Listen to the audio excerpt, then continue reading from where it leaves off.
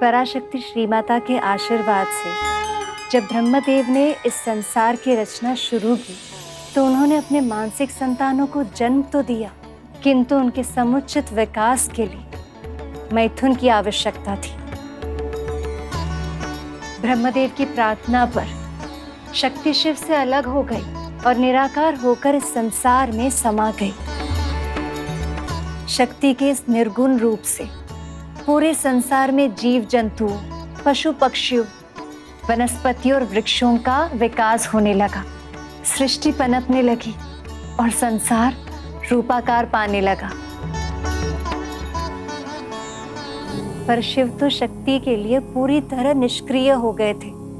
ध्यान में, अपने तप में वो पूरी तरह लीन हो गए। पर संसार को शिव से ही वो ज्ञान मिलता है जिसमें उत्तम व्यवस्था स्थापित हो सकती थी।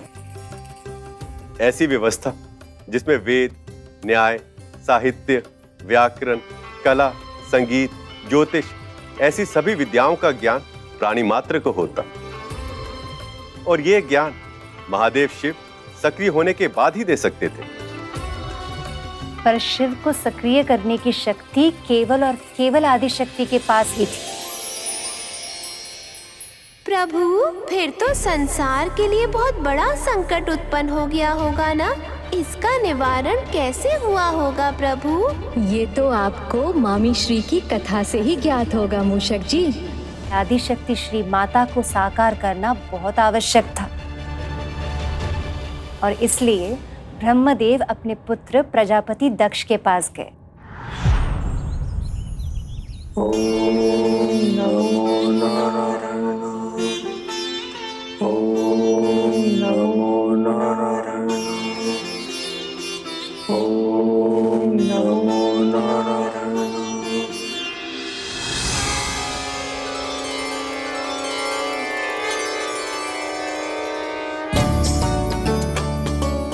प्रणाम पिताजी। प्रणाम पिताजी। कल्याण हो,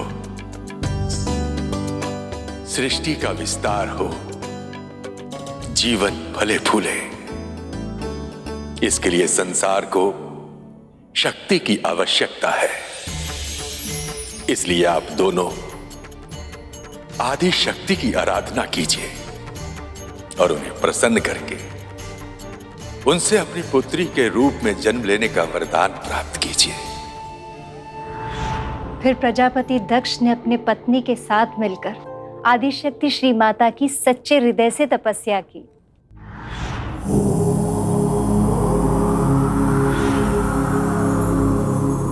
आप दोनों की तपस्या सफल हुई।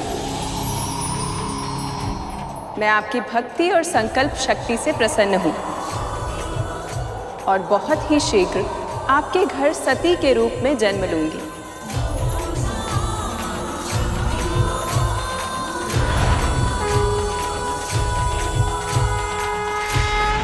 और कुछ माह बाद आदिशक्ति ने मनुष्य रूप में जन्म लिया। अरे मेरी प्रिय पुत्री, इसे मैं सबसे योग्य पुत्री बनाऊंगा।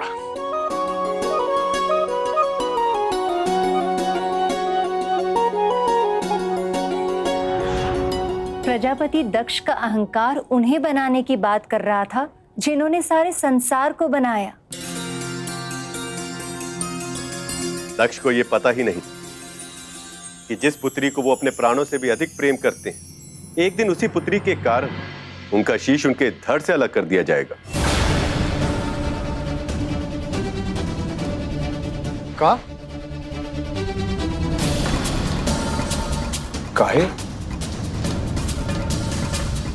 मुझे तो आश्चर्य होता है प्रभु कि जिस पुत्री के लिए प्रजापति दक्ष और उनकी पत्नी ने इतनी तपस्या की, जिसने गोद में आते ही उनके हृदय को प्रसन्नता से भर दिया, उसी के कारण उनके पिता को इतना कठोर दंड मिला। आश्चर्य की बात तो है, परंतु संतान और माँ बाबा का संबंध ही कुछ ऐसा है। माँ भगवती की कृपा से जो सबसे अधिक सुख देता है ना भैया, कभी कभी सबसे अधिक दुख भी उसी से मिलता है।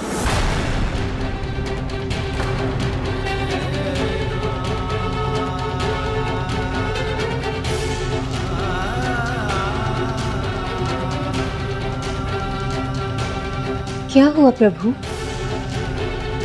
क्या छुपा है आपके इस संकेत के पीछे?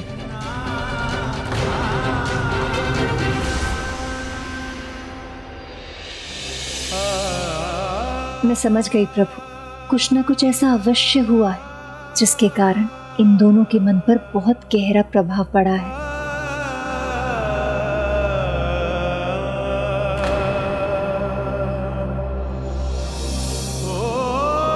कभी कभी भगवान हमारी इच्छा पूरी नहीं करते, केवल इसलिए क्योंकि भगवान हमें वो देना चाहते हैं जिसकी हमें बहुत आवश्यकता है, पर हमें आभास नहीं होता। पर है तो हम मानव ही, न पर्याप्त धैर्य रख पाते हैं और ना ही इतना विश्वास दिल के भीतर जगा पाते हैं कि हम भगवान की लीला समझ सकें।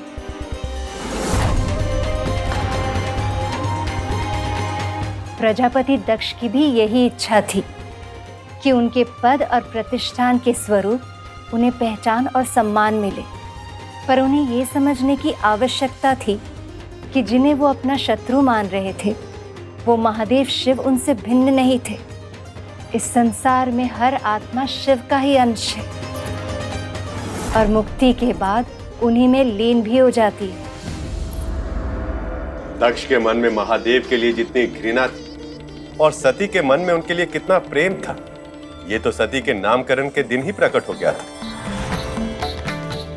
प्रभु श्री नारायण, पिता ब्रह्मदेव, यहाँ पधारने के लिए आपका बहुत बहुत धन्यवाद। कल्याण।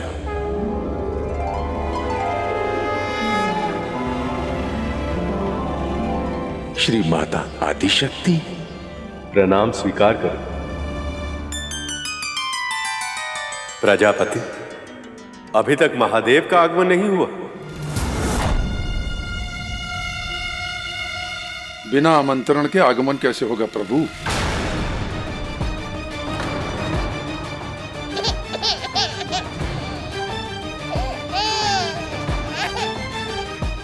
प्रभु, ऐसा क्या हुआ था जिसके कारण प्रजापति दक्ष ने प्रभु महादेव को निमंत्रण नहीं भेजा?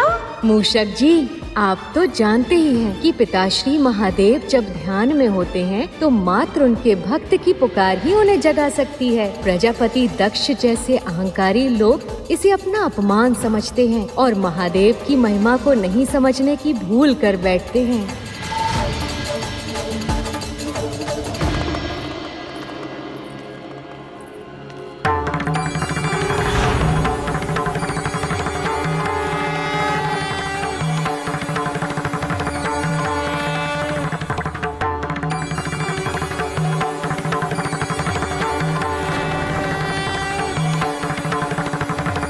अभी तो इतने तीव्र स्वर में रो रही थी, पता नहीं अचानक से क्या हो गया, एकदम शांत हो गई। यह चमत्कार कैसे हुआ? आकाश में उसने ऐसा क्या देख लिया, इसका रुदन रुक गया? शिव और शक्ति का ये संबंध कितना शक्तिशाली है ब्रह्मदेव। किंतु जब दक्ष को पता चलेगा तब क्या होगा?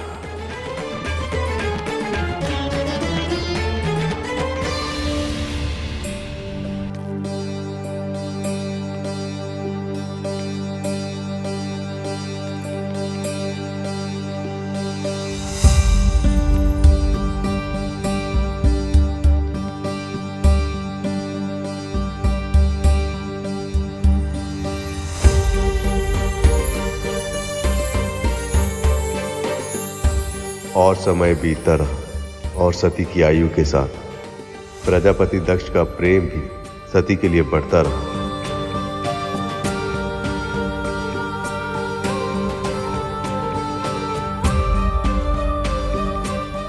धीरे धीरे समय के धारा के साथ देवी सती अपने पिता के प्रेम के छत्र तले बढ़ती जा रही थी, पर महल में सारी सुख सुविधाएं होने के बाद देवी सती के मन में एक अलग सी तड़प थी, जिसका कारण समझने में वो स्वयं असमर्थ थी।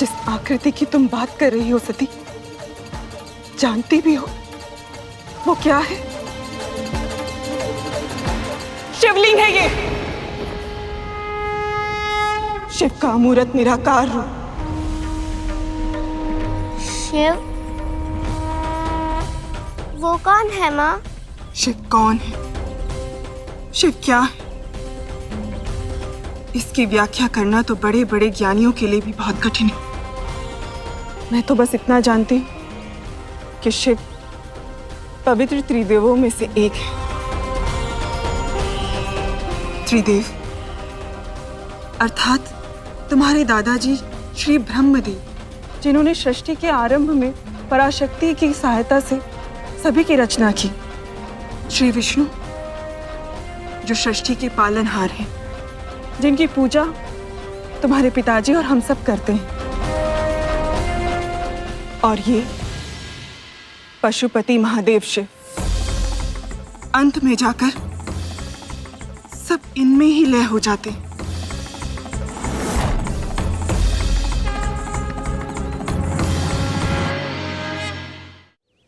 यदि ये इनका निराकार अमृत रूप है, तो ये अपने साकार रूप में कैसे दिखते हैं माँ? मैंने कभी शिव के साक्षात दर्शन तो नहीं किए, किंतु जो ज्ञान मुझे तुम्हारे पिताजी और दादाजी से मिला है, उसके अनुसार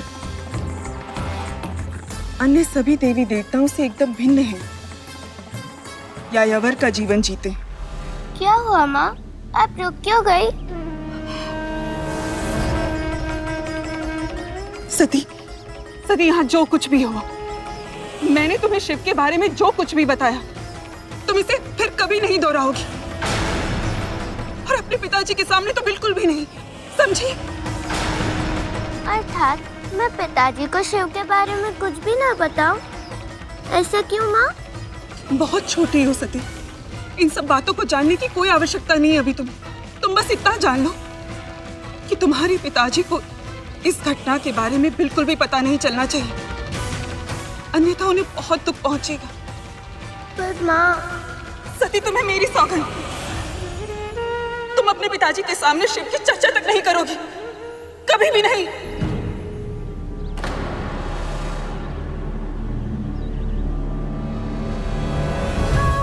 ये तो तुम भी नहीं चाहोगी ना सती कि तुम्हारे पिताजी को दुख पहुंचे, है ना पुत्री?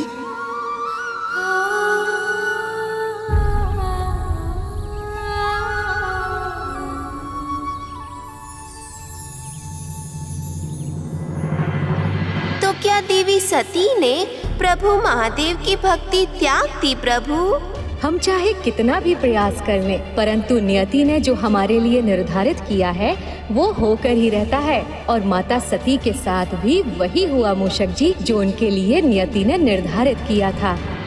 उस दिन तो माँ ने अपनी पुत्री को रोक लिया, पर एक माँ अपनी युवा संतान को कुछ भी करने से पूरी तरह कब तक रोक पाती? और उस संतान को जो एक भक्त भी थी, और ऐसी भक्त जिसने अपने ईश्वर को ही अपना सर्वस्त्र मान लिया हो। हाँ मूषक जी, मामी श्री का कथन भी सत्य है। कुछ भक्त अपनी नियति स्वयं लिखते हैं और ईश्वर को उनकी पुकार सुनकर स्वयं आना पड़ता है। जैसे मामा श्री इस भक्त के लिए आए हैं, और जैसे स्वयं देवों के देव महादेव आएंगे माता सती के लिए।